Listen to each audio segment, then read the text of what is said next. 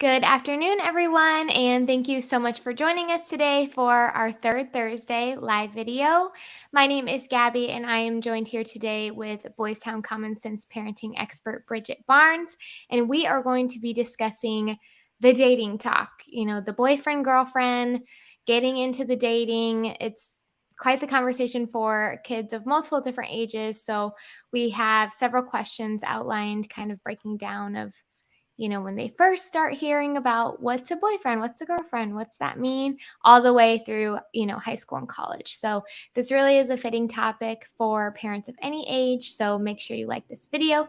And if you're watching live and have a question for Bridget, go ahead and leave it in the comments and we can address it here at the end. Bridget, how are you doing today? I'm doing pretty good, staying warm here in Nebraska where there's lots of snow for everybody.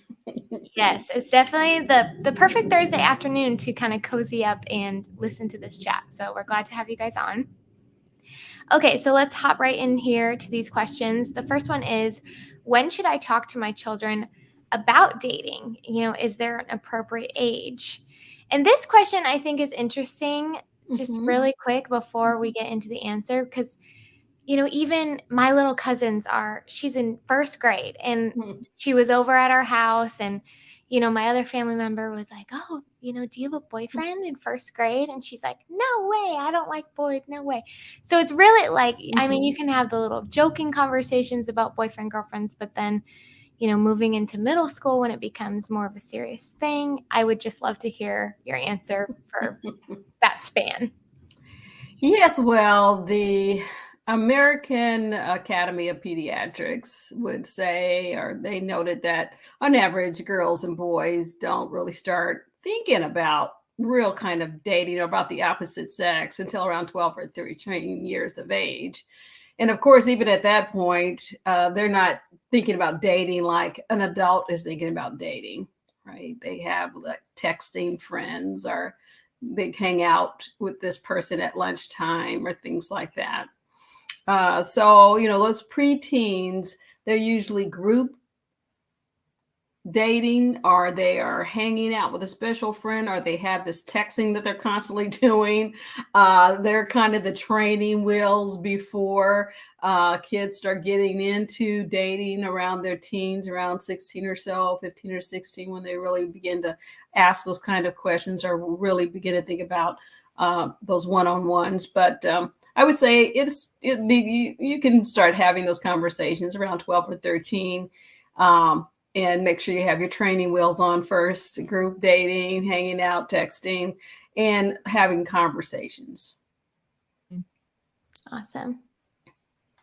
The next question is, how do I know if my child is ready to seriously date, beyond, having slight crushes at school, things like that, but saying, mom and dad, I want this to be my boyfriend or girlfriend? Well, a good rule of thumb, I mean, every kid is different, right, Gabby? Kids are different, and it's going to be different for every kid. I can't really tell you this is when it's going to happen for you. But I would say a good rule of thumb is when kids are willing to discuss dating. When they're not willing to talk to you about it, they're probably not ready for it. Okay. Because if you can't talk about it, then you're really not ready for it. And so usually though, around 15 or 16, kids start considering about double dating. Like, I'm going to go out with Sally and this other person. And, if they can be able to manage their emotions, manage routine responsibilities, have some confidence in their ability to kind of take responsibility for themselves, advocate for themselves, be considerate for other people, and problem solve, then I am willing to start having that conversation. With my son, it was like, okay, do you have a bank account? Can you take care of a pet? Or are you giving back to the community? Then we could talk about a one-on-one. But until you can manage some of those things, if you're killing off plants, can't take care of the dog, can't take care of yourself, why are we talking about another human? And so that's just my rule about that kind of thing. But definitely their ability to manage their emotions, take responsibility, and use those interpersonal skills, like just advocating for yourself, is going to put you in a better spot when you start thinking about dating anyone. The next question kind of ties into what I said when we started. So, Mhm. my elementary schooler says that her friends have boyfriends. They are so young. How do I know if it is harmless crushes or if I should pay more attention to this? Well, I check my kids' FOMO, right? Are you just doing this because you are fear of missing out? Everybody else is doing it, so I'm going to do it. Is that any reason to be making that decision, right? So Yeah. I think just checking in with your kid and talking to them about understanding, about taking responsibility for me. That's nice that Susie, Janie, Jenny, and anybody else over there is doing that. But if they're your tribe, if they're your group, and you tell them I'm not ready, and they should understand. They should say that's cool. But if Yeah. they're not your tribe and they, begin to give you a lot of, you know, problems with it, then you might want to find a new tribe. So I think that it's a good just to check in on the FOMO and to it's totally okay though, don't you think, Gabby? It's totally okay for preteens or teens or young kids to have crushes on Oh, a yeah. movie star or a teen idol or some musician or whatever. Mhm. Crushes are totally fine. Dating's a whole nother thing. I ask parents to you know, you should be paying a close attention to somebody who is dating. You should Mhm. really do that. To pay attention to their behavior, some change in their behavior. They're not sleeping or eating, or they're isolating themselves. Are they their emotional stability? How they have these big mood swings and are very aggressive or depressed. Communication. They don't want to talk about their relationship. It's very secretive. They're very defensive. And, or they're dishonest. They're totally lying. I can remember not telling my mother the truth. I mean, she asked me point blank in my face, where are you going? And I just lied. Yeah. And so, when you get into a thing of you've got to lie or you've got to be dishonest or you got to be secretive, then you need to really check yourself before you wreck yourself, right?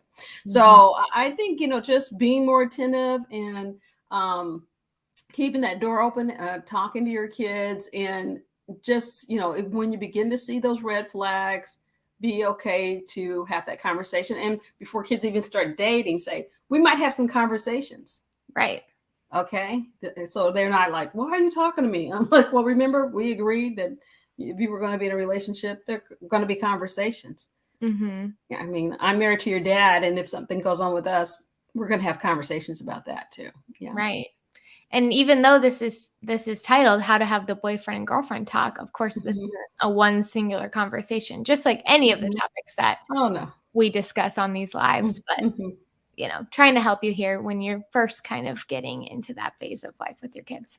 No, you're absolutely right, Gabby. It is not a one and done conversation. This is ongoing all the time. Not like you're just like every day in their face about their boyfriend or Yeah. girlfriend, but conversations about relationships can never be just one and done. And, oh, they're good. We had the conversation. Now it's over. Mhm. Because Yeah. relationships change, and there you go. Yes. The next question is, my tween is texting his crush nonstop. How do I get him to not focus on this so much and pay more attention to his schoolwork? I think I already know what you're gonna say based off previous chats. Oh, you do? What do you think I'm going to say, based Say he doesn't get phone privileges if he's not getting his schoolwork done. You know me so well. You know me so well. Well, I say, you know, make paying attention to his schoolwork contingent on texting. So Yes. for every 5 minutes he's been studying, he might earn a minute on texting. And breaking the rule means he's going to lose technology. And technology really has improved. I heard a couple of parents in the class the other night talking about that they really love the iPhone because they can control just in the settings what their kids are doing and be able to limit things and follow it. And in certain phones, you can't do that. Not that you need to go out and buy an iPhone, but I'm just saying technology has improved, and there are programs that you can get that can monitor that and help a kid, because really technology is built to be addictive. So Yeah. him texting a lot is not abnormal. Like, he's not abnormal. But Right. I also tell kids, or I told my kids, uh, for every, you should have FaceTime uh, Mhm. in versus online time. So what I mean by that is like a 4-to-1 ratio for every, 4 texts you do, you have to do one face to face. Yeah. And so then what happens is my kids would eke it out because they're like, I can't get to her or him right now. And so they would have to, before they could do the next text, they'd have to have a face to face. And the reason why I did that was to kind of help them regulate that so he wouldn't turn into a stalker person with this texting. Yeah. And we got to face to face because what that person might be saying to you on a text and what their face might be saying, 2 different things. So I think having a good ratio of text time to FaceTime, and I don't mean FaceTime as far as just your phone, but interaction with that person where you're doing something actually with them. Yeah. And I mean, that totally helps too with social skills and interpersonal skills, just as we've discussed. You don't want to only text them, and then when you see them in person, if they're, you feel awkward around them because you're not used to speaking with them, definitely helps them. Right. Yeah. The next question is, how do I teach my child boundaries in dating? Well, this comes long before they start dating, right? Right. Yeah. I mean, you don't start when they start dating, but by the time they're dating, you want to teach them about, a safe space. And there's a really good article up on parenting.org that talks a little bit about this. So letting people have access to you is what it's really talking about. How soon, how much. So sharing your personal information or allowing people to touch you or be revealing to you, those kind of things take time, right? And so you have to teach children how to protect their safe space, how to protect their boundaries, which are their emotional, physical, psychological, and sexual boundaries. Right.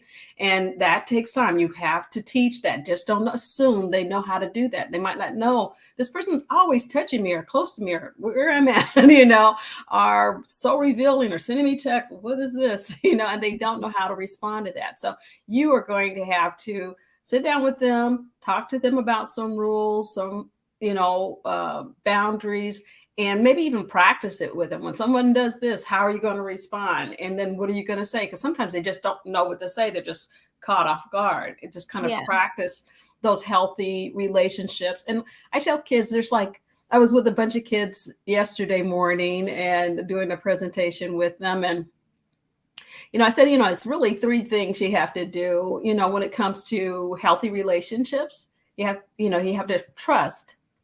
Okay. And trust is earned. It isn't just given, people who are not in your family, you have to earn that. And that comes with respect. So when you can respect, that's the second thing you need to have. And it is given as well as received. So you can give somebody respect, but if they can't give it back to you, there might be a problem there. And respect takes time. That's the third thing. So trust, respect, and time. And we're not talking about the short game. We're talking about the long game. And that takes, at least 300 face-to-face hours. Anybody saying, oh, we have a great relationship. Well, how long have you known him? Oh, well, we've been texting back and forth. He lives way over here and I live way over there. And I'm like, okay, well, that's nice. That's a good beginning. And let's, put some of that investment of time in there. And so when you do that, then you can really say that's a relationship. Otherwise, you have a nice friend, and that's cool too, and a nice start to the whole thing. But I would say teach is your key word here. You just cannot take for granted that kids know about boundaries. Teach them about safe space. Teach them about trust, respect, and time. And, I think you'll be in a good place. If you teach it, they'll know it. Yes, definitely. The next question is, what should I do if I think that my child is in an unhealthy relationship? It's not ever a good place for parents or our kids to be, but maybe you should suspect that your kid's in an unhealthy relationship. You want to be observant for signs, because sometimes you don't like that kid and you're just looking for the time that they can break up. And one thing happens, you're like, he's out of here or she's out of here. And so try to notice several red flags, like she's not sleeping. She's, very isolated. She changed her behavior altogether. Like there's a couple of things here versus it's just one thing, and this guy needs to go. Try to, stay calm in the conversation with your teen. There's nothing worse than an upset parent trying to talk about relationships. So try to stay calm. There's a great book called in the Boys Town Press called What's Right for Me, Making Good Choices in Relationships. That is a good place to start. So if you just want to kind of get that book and open it up with your kid and start having that conversation because you've noticed some red flags going up, might be a good way to go. Be supportive. Please, please, please let us all be supportive and not judgmental. It's not the time to say, I told you so. He's no good. No. No. And we want to, but don't zip it up. Don't say it. Focus on healthy behaviors, I'm sorry. Focus on the unhealthy behavior that person did, not the person. So if that person did something to your kid, it'd be easy, to fall into he's a rotten person.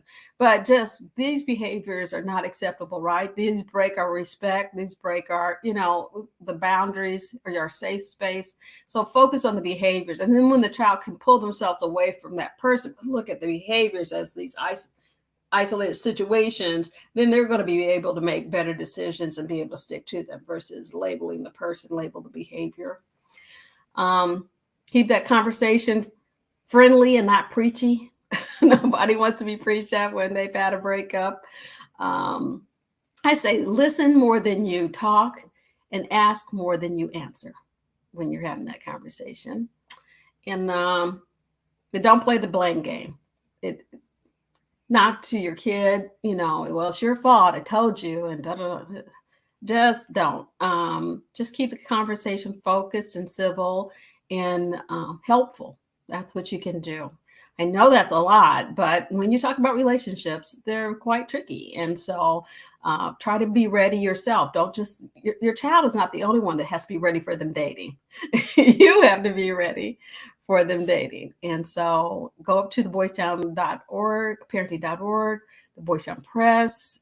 There's so many places to look for support, whether it's online or with your friends who have dated or come to our classes, whatever you do, try to, get better supports for yourself and for your kid. Mm-hmm. Yes, and we are linking resources in the comments right now. So we did just link in the comments the Boys Town Press book that Bridget mentioned. So if you want to check that out after this live, it's available there. Okay, so we just have a few more questions for Bridget. So if you are watching live, please make sure you like this video. And if you have a question, now is the time to drop it in the comments. How do I prevent my preteen from becoming boy crazy? Good luck. No, you can't. When they get to that age where their hormones are working overtime and they're going to be a little crazy, it's that age, right? All of us went through it. I just really try to get kids to focus a little bit more on exploring themselves, finding out who they are, what they really think about or like to do or are passionate about doing, and trying to go after those kind of things to ease a little bit of that boy craziness. Because when you focus on you, and you might well find the guy who likes the things you like. That's what I tell my kids. So when you find yourself, you'll find that person who likes the things you like, and it won't be so awkward and weird. Like you're totally like from Mars and I'm over here from Venus. But trying to focus on themselves during this time. And I think that's a good thing for anybody to do, regardless of their age. Yes, for sure. My middle schooler says everyone is dating in their class. Everyone, right? But nobody wants to date her. How can I help her realize her self-worth is not seen in what the boys at school think? Yeah, I was kind of like her, I was a little bookworm and to myself, and that's not a bad thing. I learned later on in life, but it wasn't really easy when you're going through it and everybody else is dating and you seem really weird. But I think sometimes books can help you find characters who seem like you, or hey, that's how I feel, so again, that the Boys Town Press, I was going through my books on my bookshelf. I'm at home today because of the snow, but for very young kids, the Parker Plum and the Journey Through the Catacombs would be a good book to talk about being okay with yourself, no matter what everybody else is doing, right? And how does a hamburger? I'm sorry. What did I think it was? Does a hamburger really have to be round? Is the other one. Does a hamburger really have to be round? Is another book that I think is a good one that talks about self-awareness and being okay with self, that kids can read about. And then you have that conversation when they're going through that. Because sometimes you just feel really lonely, like nobody really understands you. And at least my parents didn't say, okay, what are you doing? Or how do you feel? Those conversations weren't going to go on. But if my parent would have came up and handed me a book and said, hey, read this, and I read it too, and let's talk about it, I wouldn't have said no to that. I would have gone, oh yeah. And because I think your parents kind of know you and know the personality you are. So take that opportunity maybe to read a book and talk it over with your kid, or give them that opportunity if they're not really book readers, or maybe watch a movie of the same kind of character where they are isolated and nobody likes them. 16 Candles, there you go. But she got the guy at the end, but Yeah, definitely. And I think too, emphasizing like it's not the end all be all, Yeah. like especially in middle school, it's like, they date for like a month and then Yes. it's not super serious. But I know in the moment you're like, oh my gosh. Yes, they feel like it's super serious. Yes. And it's I okay. remember that in middle school. I'm like, I had braces and glasses and pimples, and I was like, no one's ever gonna like me, so we've all been there. There you go. And look at you now. And so It happens. there you go. I tell kids, our parents, it's okay for them to be sad. That's part of growing up, and to get their heart broken. That's part of growing up. To know that somebody's supporting you and there's there for you and listen to you. That's all they really ever need for the most part. So definitely. Okay. Mm-hmm. Right. And focusing on friendships too, it's better at that age, when you're 13 to have at least a few really good girlfriends and then not worry about the middle school heartbreaker in the class. Yeah. Or just keep them as a friend. We're all friends here, buddy. Yeah, exactly.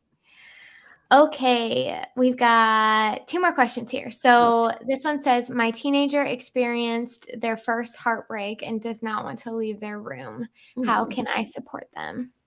Or this happens in college too. Oh, yes, it does. Especially when they're further away. I think it's harder when they're having that heartbreak and you're not there. Try to remember that, this is a new experience for them, and it's a new experience for you. And it's an unpleasant one when you have that conversation. So try to, validate their emotions.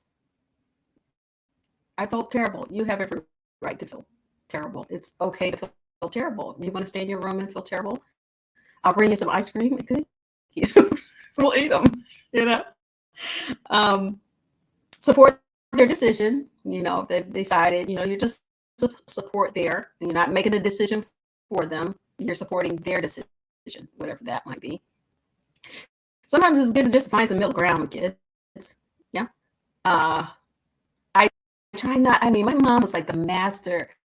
She was the master, Gabby, of not ever siding one or the other, because she never knew with her kids. I'd be right back there dating that guy that I thought he was worthless, and he's out here and he's back. And if she said all these bad things about him, I never liked him anyway. Now she's stuck, right? So just find the middle ground. Like, I know you're going to make good choices for you. She would always say that to me. I know you're going to make good choices for you, Bridget. Just be a good listener. I think is what people need when they're going through something like that, is someone to listen to them and to validate that their emotions are okay. And if you can do that, you're already there as far as what your kid needs. Yes. So the last question we've got here, we'll wrap it up here. Mhm. What resources does Boys Town Parenting offer, aside from the ones we mentioned that are in the comments here, to help parents navigate the dating scene with their children? Well, like I said, I was talking yesterday to a bunch of teens. So I'm always talking to teens to find out what teens want versus what Yeah. parents think they should give them. And we were talking about your life, your voice, and about talking to other kids about dating and relationships and things that peer pressure, being bullied, and that was some of the things that the young people were bringing up during the talk. And so if a parent did get that app and offer to their kid, because sometimes you can say, hey, check this out, download this, and it has emotions on there when they're feeling certain ways, and they can text or talk or email people or talk to other kids in their same age group. So maybe it's not you, maybe it's an app, maybe it's other kids, maybe it's therapy. It's lots of different things that parents can offer to their kids and to themselves. Like I said earlier, coming to a parenting class or ask the experts on our parent.org site to get some advice about very specific things, especially if your child is on the spectrum and there's some behaviors that are getting in the way of their ability to build healthy relationships. And you'll want to talk to some experts about that. But yeah, I would probably start there. I kind of really, I'm sold on that app, and I wish I would have had it when my kids were growing up and dating. Yeah. And even aside from dating, that Your Life, Your Voice has every topic under the sun that is written in a way that your child and your teenager, it's written for them. So it's not written in a, hey parents, here's how to talk to your kid about this, kind of how we do it. It's oh, you need this right now, here's how to do it, or everything like that. So we have that link in the comments.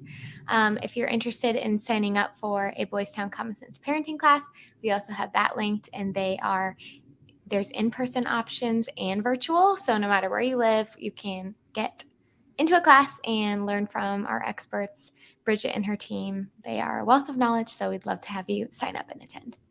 Yeah, come on now. Yes, awesome. Okay, well, next month in March, we are going to be talking about how to parent picky kids. So, picky toddlers growing into elementary age. Pickiness is quite the parenting challenge. So we're going to be talking about that. If you have any questions on that topic, go ahead and message our page and like this video, and we'll see you next time. Thanks, everybody. See ya.